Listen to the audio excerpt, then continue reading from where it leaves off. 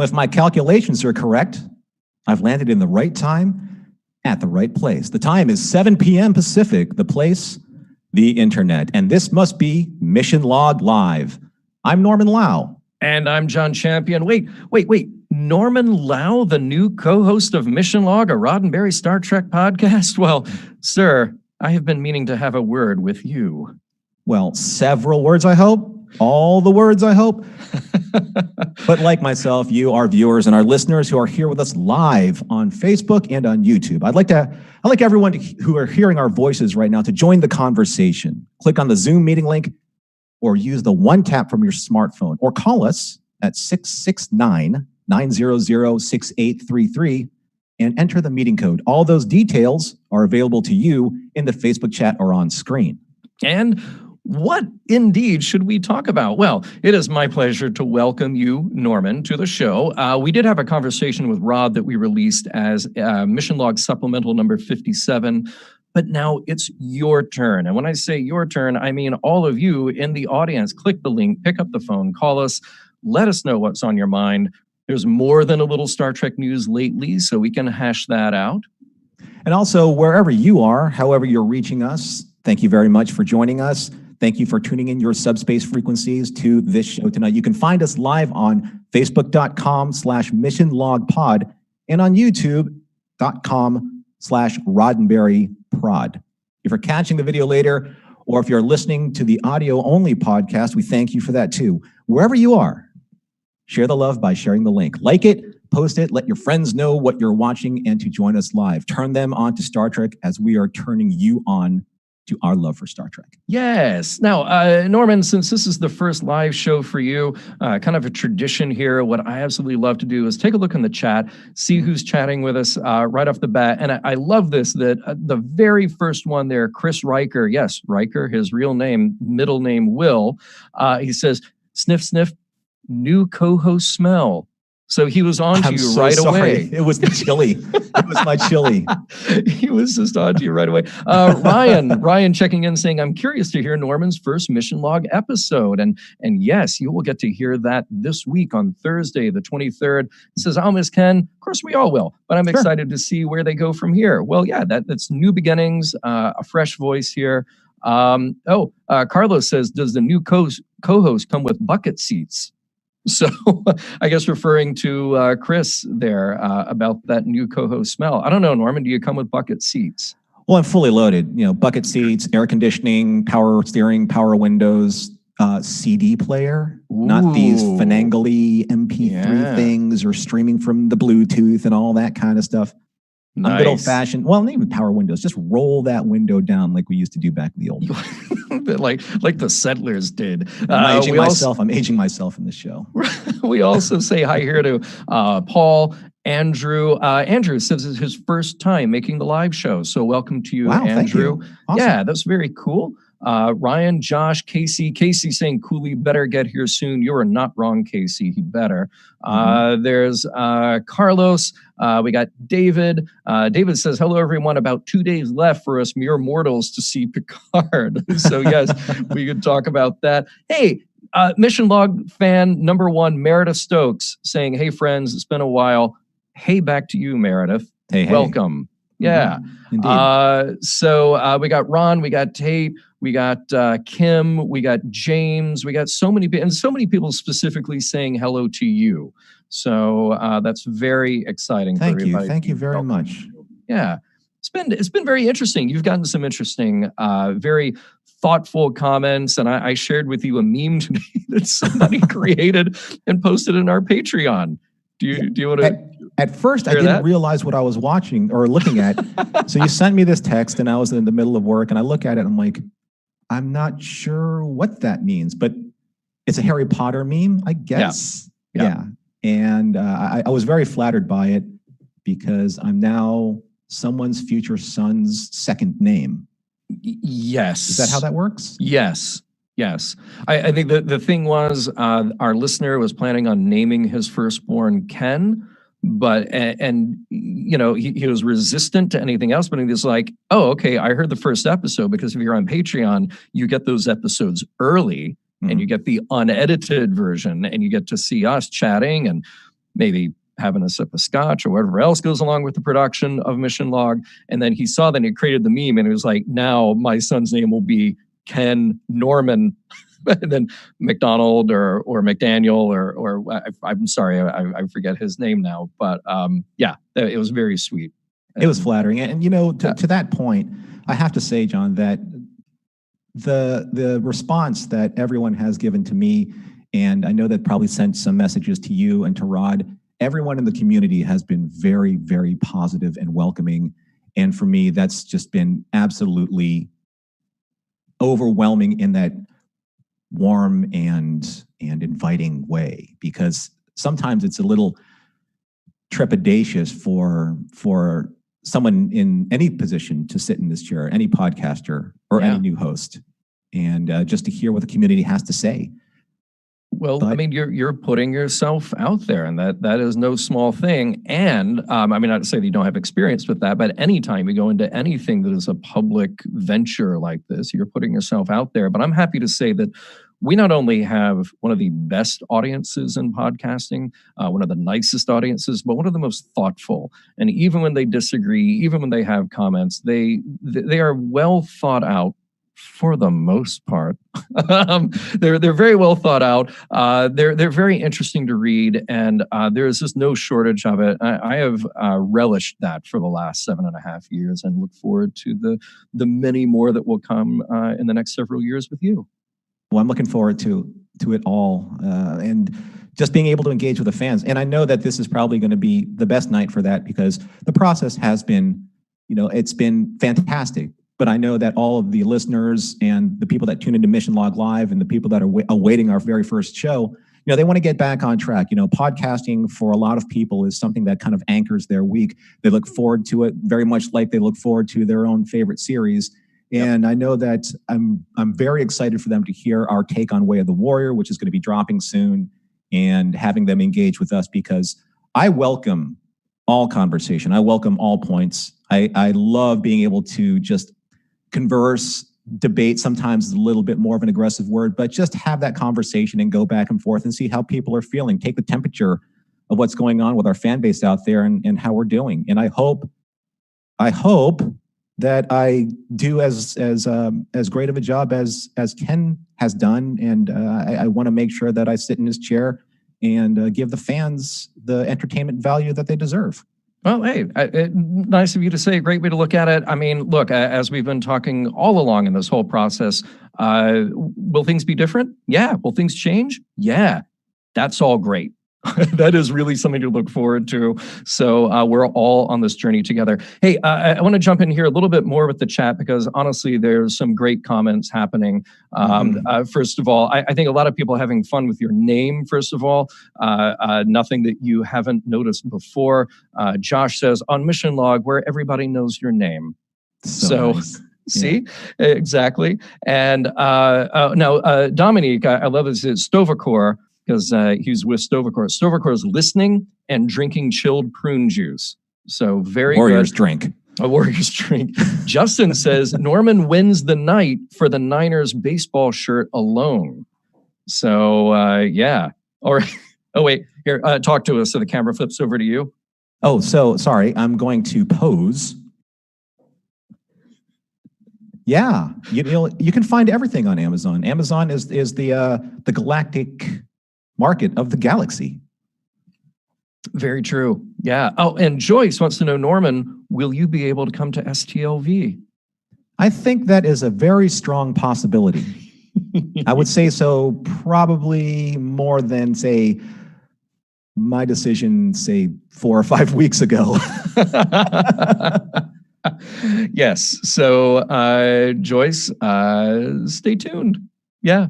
Oh, wait. Dave says, how long before John breaks Norman? Oh, I'm already broken. That's why I have this. Clearly. Yeah, exactly. Yeah. You do the show, you got to drink. When we have our first caller, we can talk about that with him. John's Ferengi energy whip has been tuned to a very concussive level. That's all I have to say.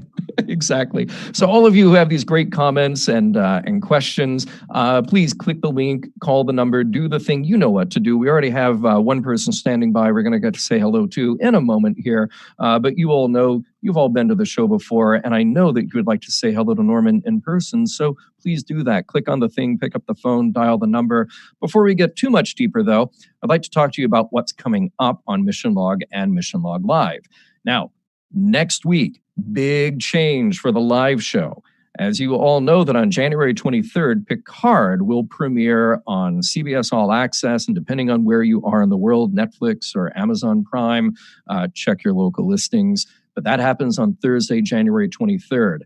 Mission Log Live moves to Monday nights.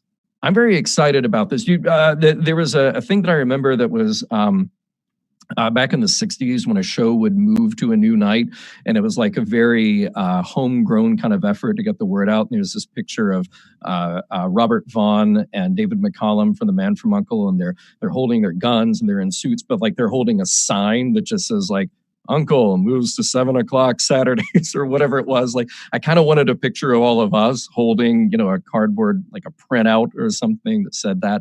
But yeah, for the first time now since we started the show, moving to Monday nights, A, to accommodate some of our guests and guest hosts, but B, most importantly, that is to accommodate the fact that now New Trek Night is Thursdays rather than Sundays. So we wanted to tighten up that gap between the time you watch a new show and the time we get to talk about it here on Mission Log Live. So at the end of the show, if I am able to do this improvised rather than just reading what's in front of me, I will remind you that we are on every Monday night starting next Monday, the 27th, instead of every Tuesday night. Time stays the same, 7 p.m. Pacific, 10 p.m. Eastern. And as long as we're talking about Mission Log Live, well, starting January 27th, when we start our coverage of the 10 weeks of Picard, I am so happy that a friend of the show, friend of mine, friend of Star Trek, actor from Star Trek, Rekha Sharma, will be our guest co-host for the run of Picard. I'm so looking forward to this, man. Yeah, I'm a little nervous, actually. Yeah? I've never really been on a live show before. No, I'm jumping ahead with a celebrity guest star. Well, you're going to have your chance because I will kick us off on January 27th, but then the very next week, February 3rd, I will unfortunately be out of town. So episode 2 of Picard, look, buddy, it's you and Rekha. Ooh, feet to the fire. Jumping in the deep end. I expect great things.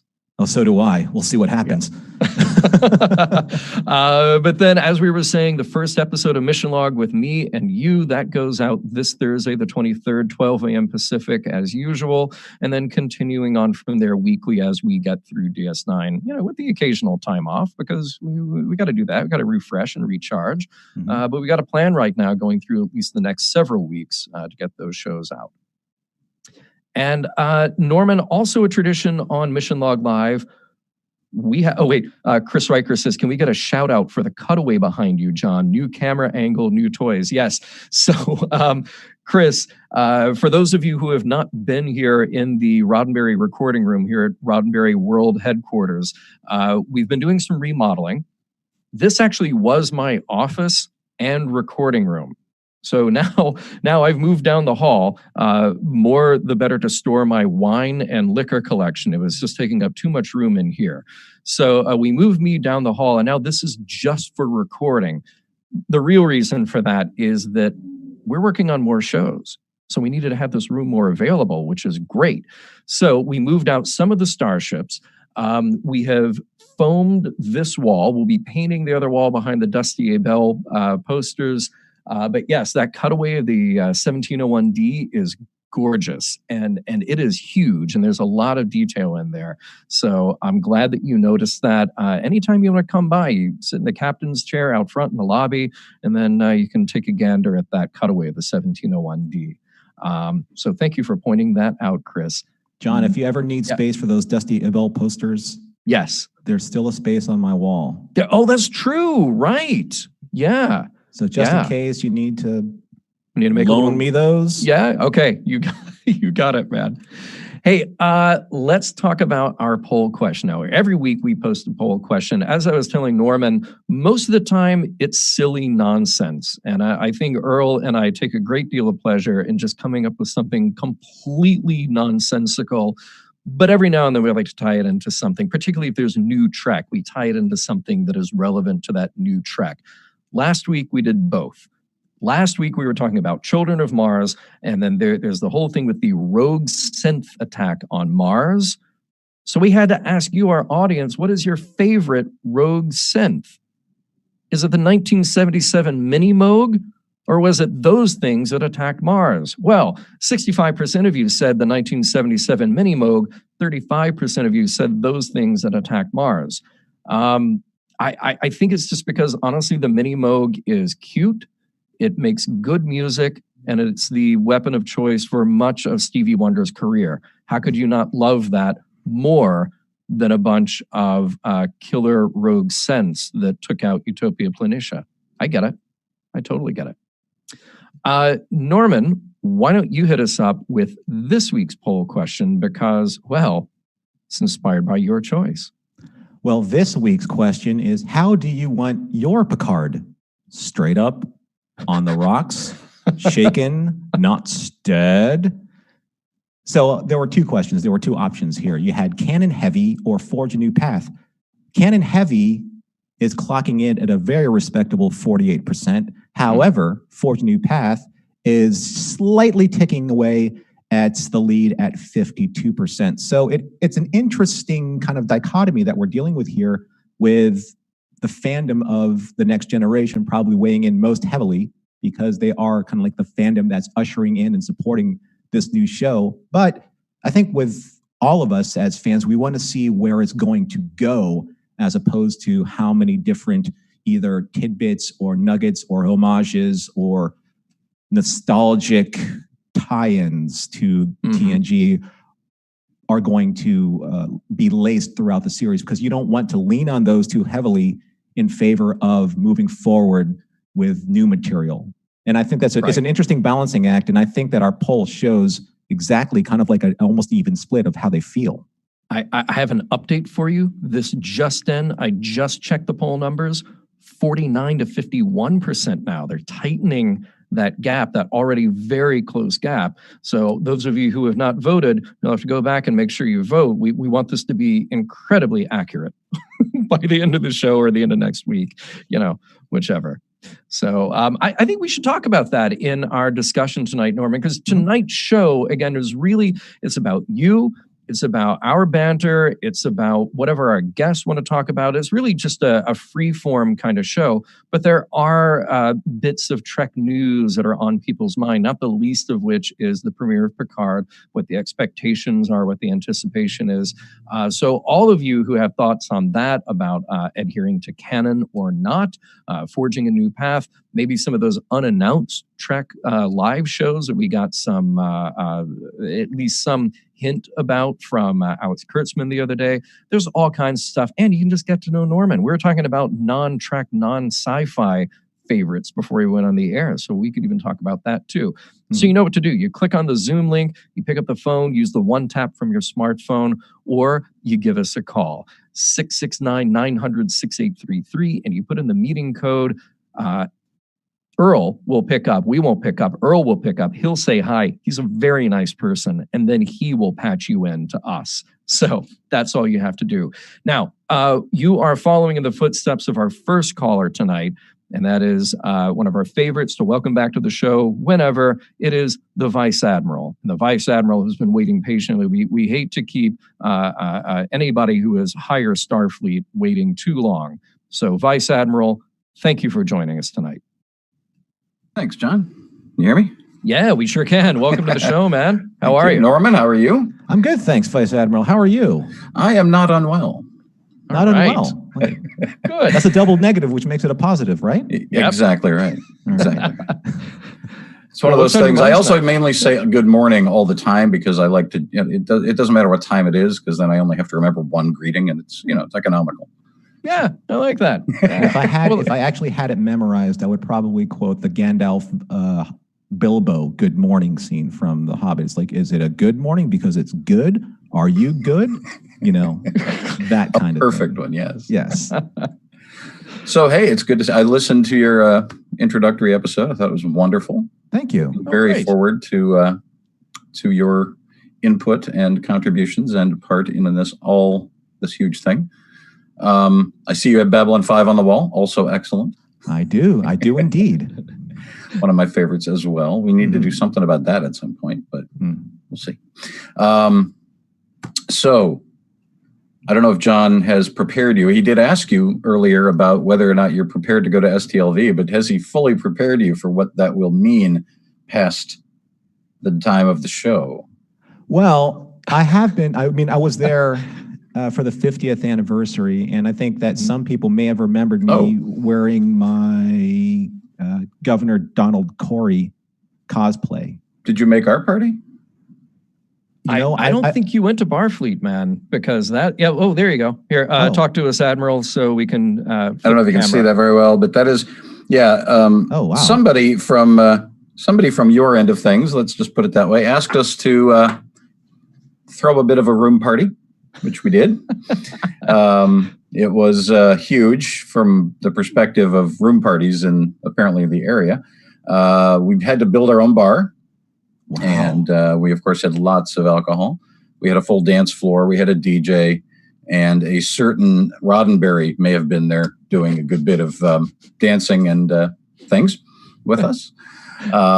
And things. I totally above board things, but I don't have video, and I'm sure he's happy about that.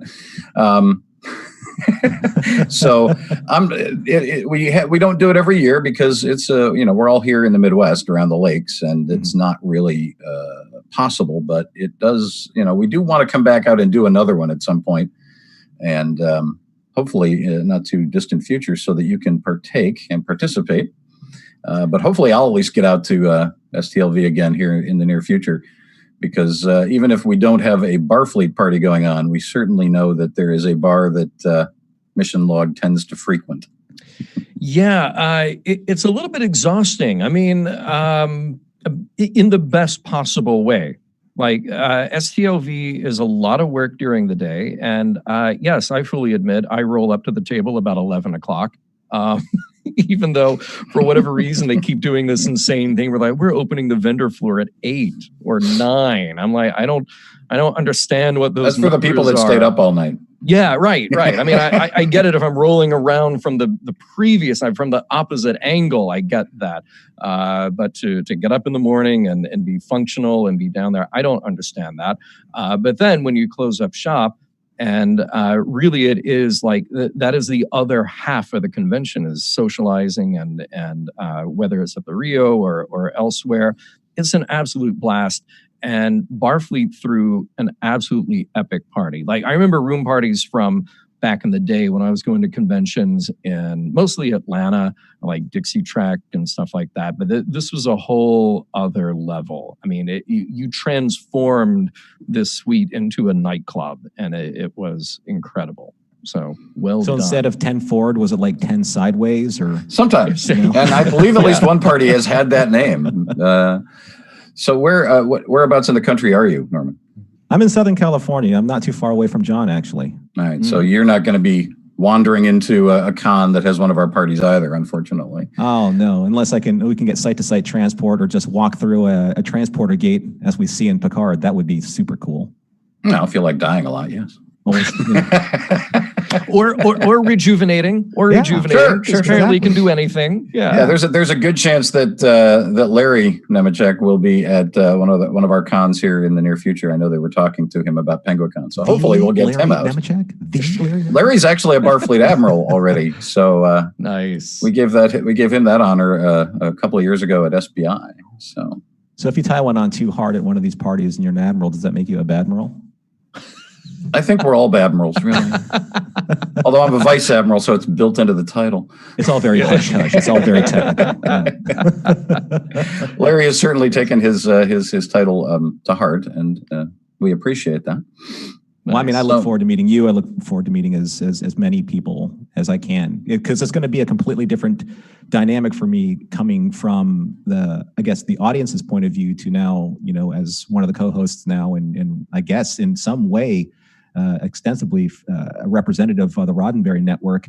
It's going to be neat to just be able to talk to fans at this level and be able to engage. And I think it's fantastic. I just want to be able to just talk. I mean, I think I said this on my introductory show, is that sometimes I think a lot of the conversation is lost in what we do in social media between texting and instant messaging. You don't really get a chance to understand the emotional reaction or the intent that people have as they're speaking to you. So when you actually get to shake somebody's hand and kind of see them react to what you're saying and vice versa, you get a much deeper connection with who you're talking to and what you're talking about. And that's an art form that I think that is kind of lost in the social space right now. But conventions have always been this great opportunity just to be able to sit down, have a meal, break some bread, and be able to talk to people at a very emotional level and a very intimate level. And I think that's still important. And I think that just needs to be fostered through the convention community. And that is part of what Barfleet exists for, is to not only, we have the dance floor, we have the music, but we also try to make sure that people have a wonderful place where they can get to know each other, get to share ideas, and have more social space that is, I'm not going to, louder a little bit, yeah, but also friendly. As long as nobody's dancing as amazingly, and I say that in the most sarcastic tone, as Gil Gerard was in the pilot episode of Buck Rogers. Oh, hey, wait a minute. Are you taking exception to that? Don't you dare, Norman. He asked for something a little funky, I believe, were his exact words, and he got it, and he responded appropriately. And so did Ardala. So I give them credit. I give Buck credit for bringing Ardala out on the dance floor. Indeed. Yeah. Hey, by the way, Joyce asks if either of us will be at the Nichelle Nichols farewell convention, which I believe is in May. I think we've got WonderCon right around the corner in April, and then the Nichelle convention in May. All I can say is probably, we don't have specific plans nailed down for that just yet, but there will be a Roddenberry presence there. I've also been talking to Women at Warp about being there in some way. So it probably won't be, it's a smaller convention. It probably won't be like a table or anything like we would have at Vegas, but there will be some representation from Roddenberry. I imagine I will be there at least one day. And if we're doing a panel of some sort, it may be comprised of representatives from Mission Log, Women at Warp, Daily Star Trek News. Something will be happening. So, Joyce, if you're going, please stop by and say hello. And it would be lovely to see you in person. So we'll be there for that. And then WonderCon, have some panel ideas we're kicking around. I know that Larry is doing something there. I'm kicking around something that would be a topical discussion tied into DS9. So I don't want to say too much more about that, but something will be happening there. So we'll try to get the word out for sure. Tate says, as long as it isn't season 2 of Buck Rogers. Yes, correct answer, Tate. So yeah. Oh, come on! Wait a second. Wait a minute. Hang on. No, wait. You're going to defend season 2 of Buck Rogers now? Yes, I am. Besmirched getting funky with Gil Gerard and the pilot. Because A, it has Hawk. Yes. And B, it has Barbara Luna as Hawk's wife. Oh my! Also very true. Also very true. Yes. And his ship is pretty cool. Yeah. Even though that it killed his own wife with that part not so much. But come on now. All right, now wait a minute. I love the Searcher. The Searcher looks like a wannabe Daedalus class. Yes. Right? Yeah. It's got the big ball in the front. You've got it is an iconic look. It was completely different than most Buck Rogers ships. That's for sure. Yeah. Can we talk about the problem though of your name is Hawk, and your ship looks like a hawk? I have a problem because that means, like, by that logic, we should be in spaceships that look like a dude.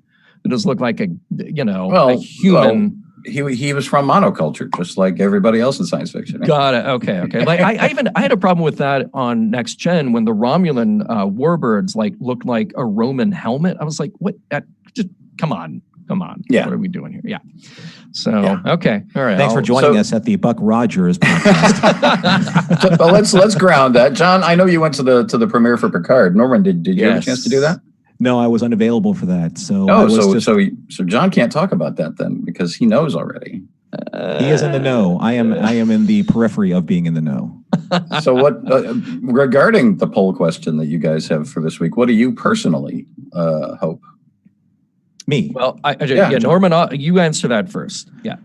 Well, I mean, I do appreciate the fact that they are trying to break new ground. I think that's probably one of the toughest things to do when you're bringing back a character as iconic as Captain Picard. I mean, in 2009, I'm gonna go back to 2009, which was 11 years ago.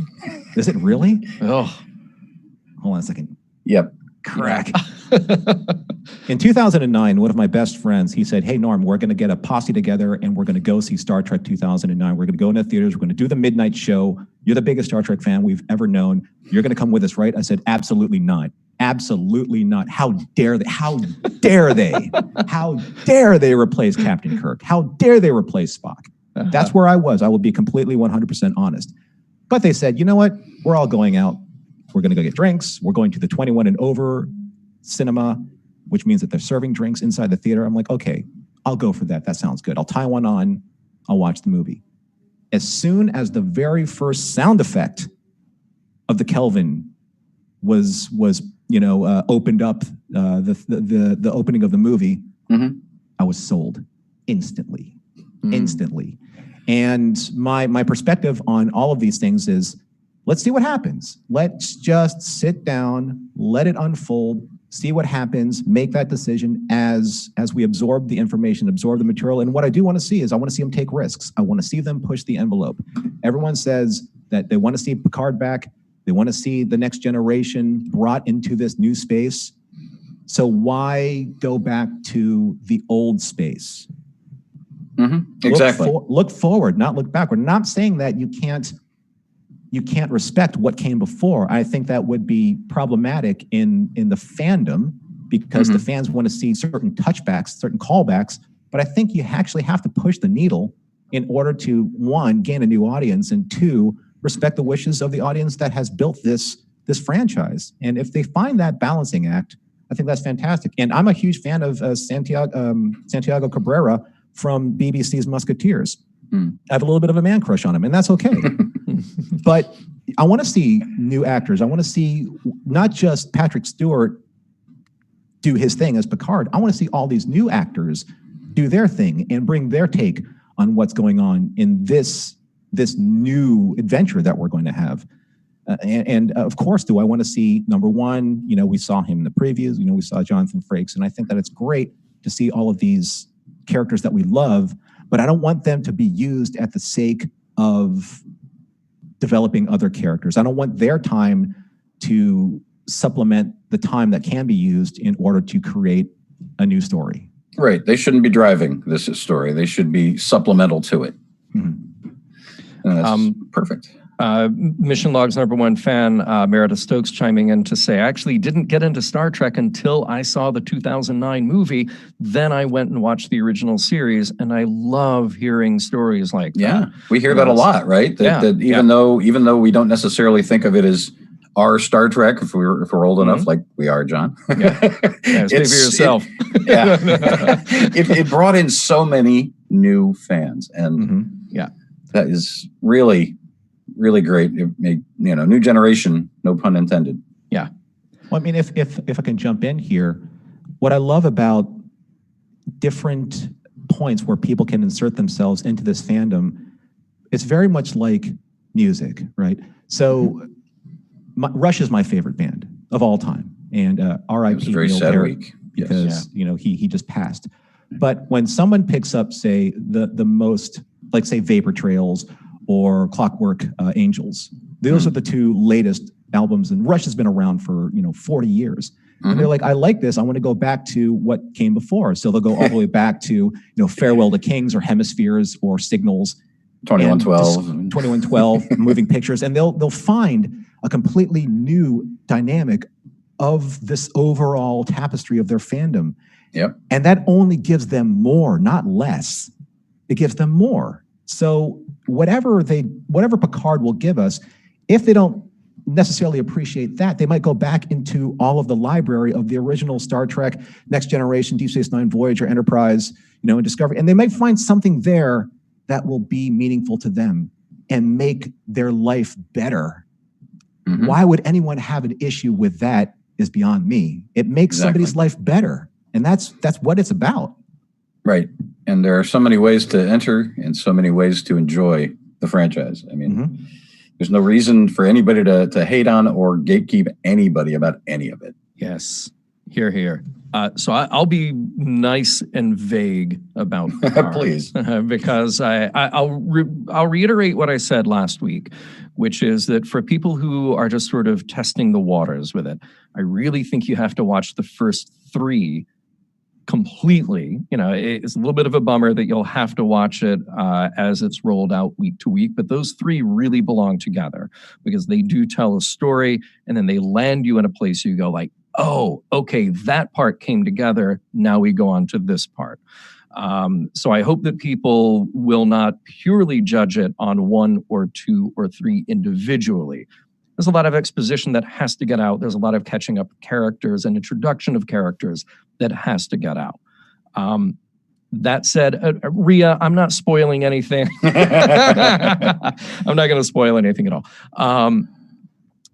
I will say that I enjoyed it a lot. There are many, many things about this that I enjoyed a lot. And from what I can tell, and I think they did this in a smart way, it's not about saying, how does this fit into canon? How do we continue this story thread? It's an approach that says, who is this character?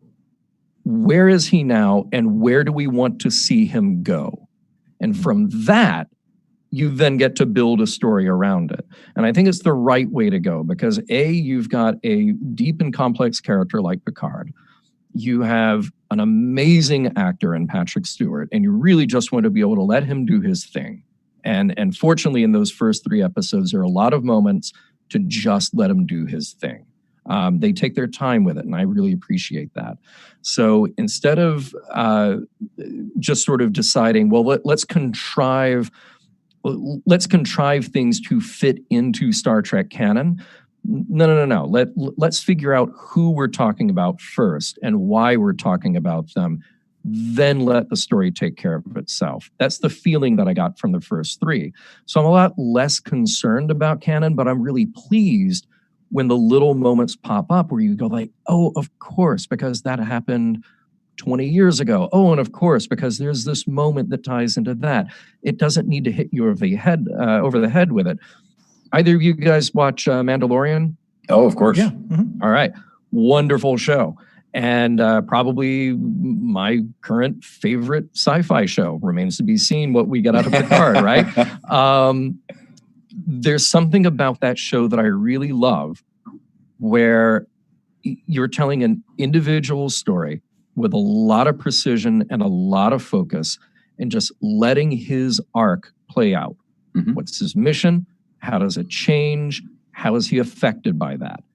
And all the little things that are the Star Wars world around him are just there because they're there, not because they're getting forced in. I love the idea that the first time we see stormtroopers, you immediately put it together. Like you don't need to stop and have somebody explain, well, back when the second Death Star blew up and then Darth Vader got defeated, well, these guys didn't have anywhere to go. They needed to look for a job. And like, no. You infer all of that from the minute you see him. And beat up armor and right. And they're just kind of hanging out like they've got nowhere to go. Mm-hmm. And then when you have the little guy in front of Jabba, Sice Noodles, that was his name, right? Salacious Crumb. Salacious Crumb. Yes, there you go. Crumb. Yeah. I almost cried when I saw that scene. But here's the thing. It's one shot just passing by, okay? And you just go like, oh, those things exist in that world. And guess what? Some people eat them. You don't need to stop. You don't need to make a thing of it. You don't need to, have anybody horrified by it. Just go like, oh, yeah, that's a thing here too. And I love it when you can slip in these little connections like that. And to give you another Star Wars example, like at Galaxy's Edge in Disneyland, they do a great job of creating a Star Wars world without being the Star Wars world. You go into the cantina, and it's all these little elements. So you go, of course, these all exist in Star Wars. And there's an aquarium up top, or a terrarium rather, with the little amphibious frog-like beastie that's sitting in front of Jabba's palace. You just see him in a shot, open his mouth, the tongue goes out, and he grabs a thing and eats it. Well, like, this is one of those in a terrarium at the bar. And it's little things like that that I love, where you don't have to get the entire backstory. We don't have to dedicate a novel to it. We don't have to spend huge amounts of airtime to figure out that thing. Just so you're saying that there's plenty of homage without it venturing into nostalgia. And without it turning into fan service or just deciding like, well, we need to tell this because, okay, I guess that's the one story in Star Trek to tell over and over again, so we'll just keep it. No, just let the character do the work. The story will follow. It will work itself out instead of being super high concept to start. Let's just focus on the character. And that's really what I got out of the first three of Picard. I will reserve any criticism, detailed, stylistic analysis until after we've all seen it.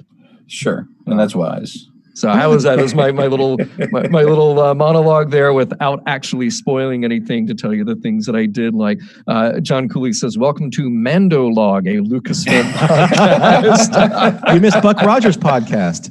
That's going to happen one day. That would be fine. That would be fine. Yeah. John, the one thing I will say is that, the way that you are avoiding spoilers, and yet the look on your face when you talk about what you've seen, it gives me great hope for the first three episodes, at least. Well, I mean, here's the question. It's always like, what do you want out of it? And a lot of that was satisfied for me, because what I did not want out of it was just something that felt like a rehash of a TNG story. What I did want out of it was depth in the Picard character, because you and probably a lot of our other listeners know that from doing Mission Log, we really tried to point out and deal with these points where Picard's character completely changed. Right. Some of it just to dramatic effect, and some of it just completely senseless, So I wanted to see some depth and gravitas to the character, which of course Patrick Stewart will always deliver. So I definitely got that out of it. I'll tell you that right now. I mean, the thing is, you hit it right on the head there, John. I think that it probably would have been difficult for an actor with lesser ability than Sir Patrick Stewart, but because he knows this character so well, and because he knows where he wants to bring this character, it's my impression, and obviously my assumption, that he wants to evolve the character past where people last saw him in, I would believe it would be Nemesis. Yeah. And the Picard then, and the Picard you see now, put it this way, none of us are the same person that we were in the 20-year span. Mm-hmm. Yeah, 20 or how many years it was, 20 years plus, that we were from that point to this point. And there are things that change us, our outlook, or there are things that haunt us. Yeah. And that is all probably going to come into some type of play as we explore the depth of this new incarnation of Captain Picard. He's not the same Captain Picard that we knew. And I don't think that he needs to return to that, because there are 7 seasons and 4 movies of that character. And I think that's fantastic. And if you return to that, you're not bringing the audience anything new, and you're certainly not bringing the audience what Patrick Stewart is capable of now. Exactly. In terms of his acting talent and his seasoning, and also his age, because he's not going to do the best of both worlds action Picard or the Chain of Command action Picard that we saw. He's a different guy, physically too. Oh yeah. And I think that's going to come into play. Well, and I think you have to address that in a way. I mean, aging has to be a theme here. And I think you have to address that in a way that's got a little more nuance than they did, say, with Kirk, Spock, McCoy. Like they did that. And in many cases, they did that very well. Kirk doesn't age. He can jump 30 feet to save a president from a sniper rifle. Come on now. Let's be real. Let's be real. Yeah. It could have just been low gravity in the yeah, that was it. That was it. Springboard. It's a springboard. Smaller moon. Yeah. Hey, Vice Admiral, thank you so much for joining us tonight. It's been a really nice conversation. You, of course, are always welcome to call back into the show. Many great conversations coming up as we cover Picard. So, I look forward to it. Really and as always, thanks for having me on. And Norman, good to meet you. I'm sure we'll talk more in the not too distant future. Live long and prosper, Admiral. Enjoy yourself. Thank you. Hey, Norman, we've arrived at the period of the show that is just full of gross commercialism. So if I can ask you, please, to give a shout out to the Roddenberry Podcast Network, I would be so appreciative. Well, if you'd like to follow us on the Roddenberry Podcast Network, you can follow us on the following shows. Mission Log, Priority One Podcast. Join them for their live show Tuesday nights at 5 p.m. Pacific, 8 p.m. Eastern. That is a new time for them. Yes. Yeah. Yes. Mm-hmm. Also, Women at Warp, The Trek Files, Daily Star Trek News, and the newest member of the troop, Shabam. Shabam. Shabam. You can find all of these shows at podcast.roddenberry.com. Well done. Well done. Like a professional. The professional that you are. So, by the way, during all of that conversation, as we were talking about like other shows covering, Mandalorian, etc., of course, what came up was the Love Boat. And, I did do one Love Boat episode, Lido Deck, a Love Boat podcast with the guys from Trek Geeks. And I regret that only one of those has happened so far. I believe that show is on for 7 seasons. Perfect. Yeah, Norman doing your Isaac impression. People aren't going to see it. I'm sorry. I got to talk about it. So because in that particular scene, Isaac didn't talk. He just... Yes. Thank you, Ted Lang. Perfect. Well done. One day, after we're done with Kolchak and people are mentioning other shows that we have to cover, Love Boat is just rife for discussion. I think people would be shocked if they went back and listened to that episode of Lido Deck, a Love Boat podcast that we did. Exactly how much we were able to mine out of that premiere episode. I think they would be shocked. There was a lot to discuss. Who would look best in a Starfleet uniform? Fred Grandy or Bernie Capel? Ooh, I think Bernie Capel has the legs. Yeah, he has the legs. Right. I would buy him as a Starfleet doctor before I would buy Fred Grandy as really anything other than a goofy ensign somewhere on the lower decks. Truly. If they actually wanted to do the Love Boat now, I would probably hire out Stephen Merchant to do Doc. Because he and Bernie Capel very much look the same. Yeah. He is goofy looking, though. Yeah. Yeah. But, I mean, look, a guy like Gavin MacLeod as Meryl Stubing, man has a lot of gravitas. I think he was the perfect choice for that, just like a Patrick Stewart is the perfect choice for Jean-Luc Picard. I mean, it's this is one and the same. They've got some dignity, they've got some intelligence and wisdom behind them. So really could almost just be the same guy.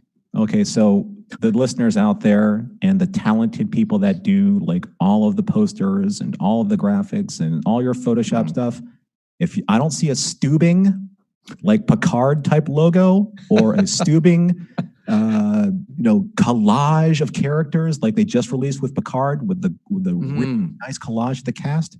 Yeah. You are not doing the internet service, my friends. Yeah, at all. That's very true. Make it happen. Make it so.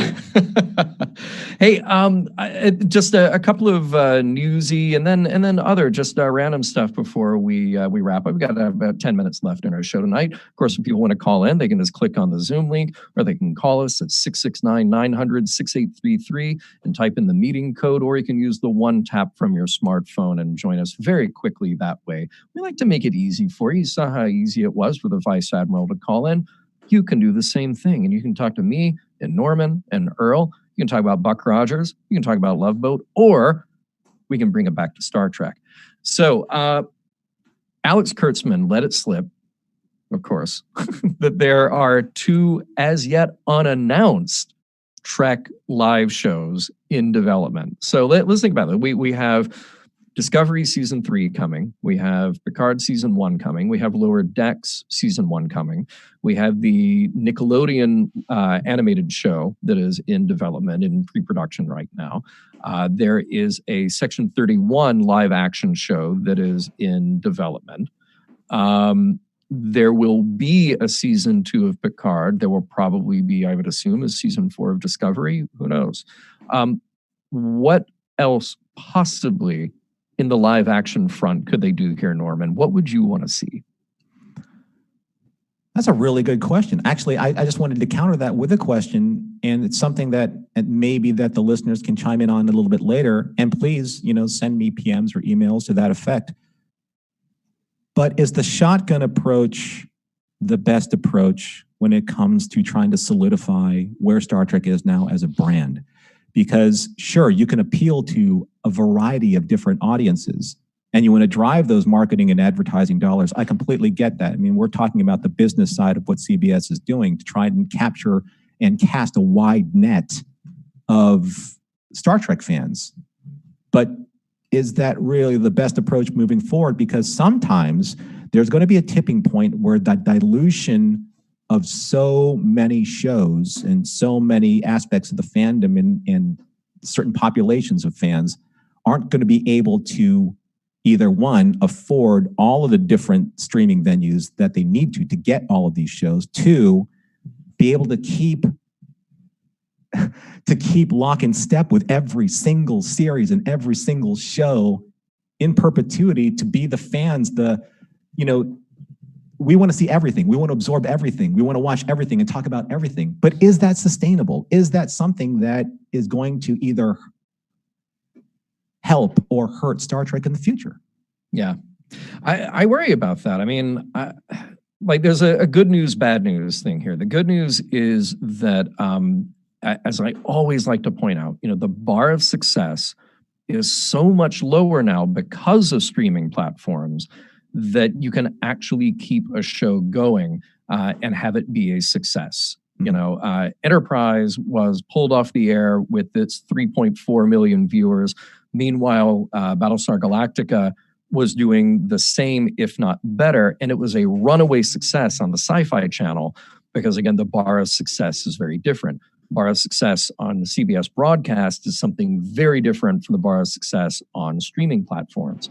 So it seems like the good news here is that they've figured out a way to make high budget, high concept science fiction actually work where they can keep making more.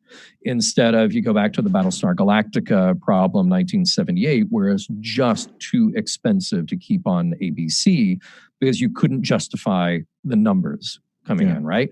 Yeah. So at least for right now, since 2017 when Discovery premiered, the model works. Now, the downside, I think, is what you're saying, which is, do you reach a point where you've got 6 series on the air and not at the same time, but sort of overlapping gently? Maybe you got a few weeks off here, a few weeks off there. You let a show run 10 to 13 weeks for its season. You have a little bit of time off, and then you let another one come out. Mm-hmm. I do think there's the risk for some confusion and dilution in the marketplace, but I really hope that what happens is that, I figure if Picard runs 3 seasons, that's 30 episodes. That is literally 1 season of TOS worth of story. And hopefully what you've done is you've told the one story or a couple of stories that you want to tell, and you wrapped it up and you gave it a nice, satisfying send-off. I don't think things need to run in perpetuity to be good. Just like let it tell its story, be done. And I hope that it's not so confusing that people aren't able to find the Trek that is right for them. That's what I'm concerned with. Because there are so many shows that are coming up, will fans be able to find the insertion point where they need to find, and then be able to settle into that series that means the most to them without trying to get to every single series just to be part of the greater conversation of fandom. One of the last things I wanted to say regarding this, and I'm going to quote Captain Kirk, too much of anything, even love, is not necessarily a good thing. Well done. Very well done. I know that we're waiting here for a second. We got Ron hanging on. We're going to bring him here into the broadcast with us. So Ron, I think you were patiently standing by and talking to Earl so we can get you into the green room here and chat. I hope that what happens is that it's a little bit of a taste, and we all like that taste enough that we're intrigued to carry on, but then we're satisfied when those things come to a natural end. I do think that when you had the overlap of Next Gen, DS9, Voyager, Enterprise, it was too much too soon, but only because then the productions didn't get a break. And that you're talking about 7 years plus 7 years plus 7 years plus 4 years. And I know that Brandon Braga and Rick Berman had said, what we wanted to do was between Voyager and Enterprise, take a year off. Right. Take 2 years off and do what you actually get to do now on a show, which is plot the season. Let's figure out what the whole arc is going to be and where we're going to go instead of just saying, nope, if you don't do it, somebody else will. And I think that really hurt that show. Right into production. Yeah.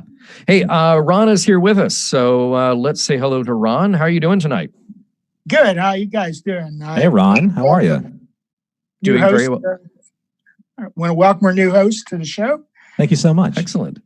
Yes. I have one burning question. How old does a human in Picard's life span live these days? Maybe he's just in a middle-age crisis?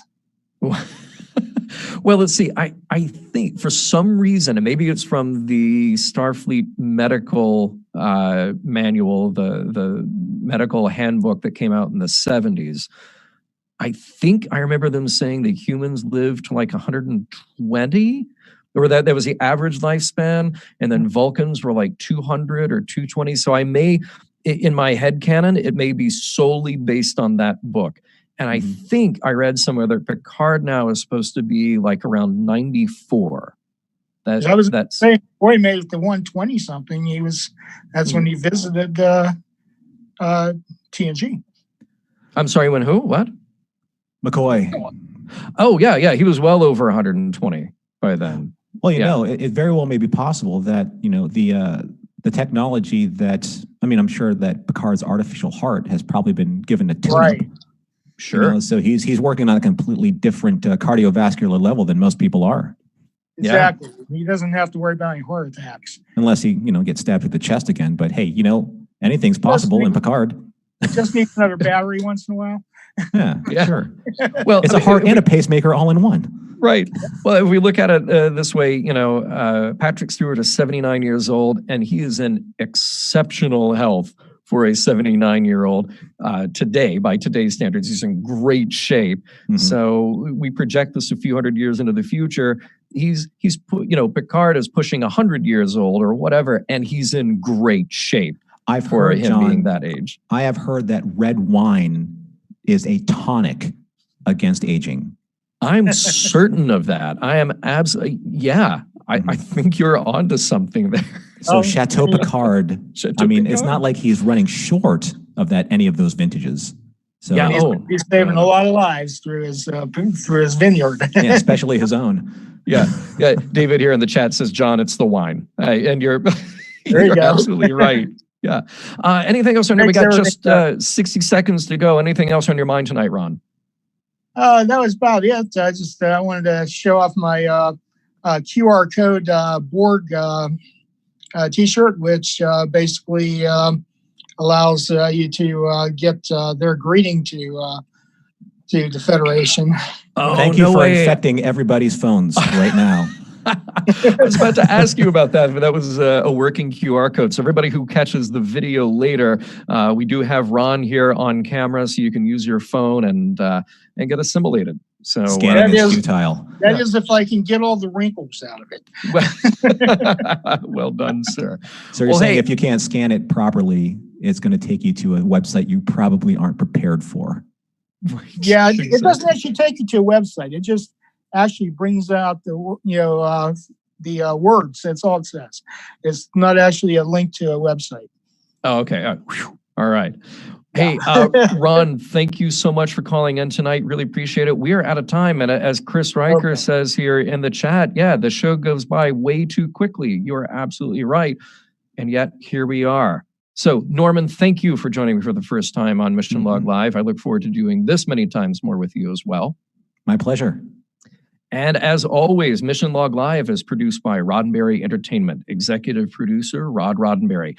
Technical production on Mission Log Live is by the incomparable Earl Green. Be sure to visit podcast.roddenberry.com for the latest from the Roddenberry Podcast Network, including not just Mission Log, but also Women at Warp, Priority One, The Trek Files, your daily Star Trek news, and Shabam. If you would like to support Mission Log directly, give us a look at patreon.com/missionlog. Thanks to everyone who joined us live or later, and we will talk to you next Monday night and every subsequent Monday night. Cheers, everybody. Live long and prosper.